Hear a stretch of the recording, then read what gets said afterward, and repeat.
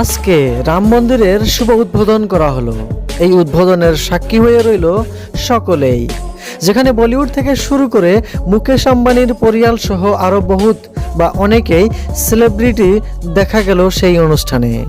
Grand ওপেনিংয়ে Alia Bhatt এবং রণবীর কাপুরকেও দেখা গেল। রাম মন্দির প্রাণ প্রতিষ্ঠানের জন্য এই কুপল অযোধ্যায় গেছেন।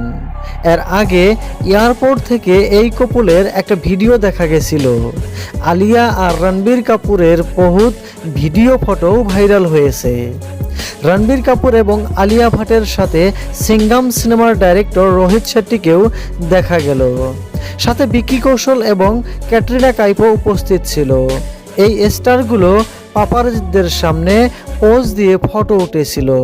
সবথেকে আলোচনার বিষয় ছিল আলিয়া, রণবীর এবং রোহিত শেট্টি পরম্পরাগত পোশাক পরেছিল। রাম মন্দির উদ্বোধনের কারণে রণবীর কাপুর ধুতি কুর্তা পরেছিলেন এবং আলিয়া পরেছিলেন শাড়ি। সুপ্রিয় দর্শক, রণবীর কাপুর এবং আলিয়া ভাটের পরম্পরাগত পোশাক কেমন লেগেছে তা কিন্তু কমেন্ট করতে ভুলবেন না।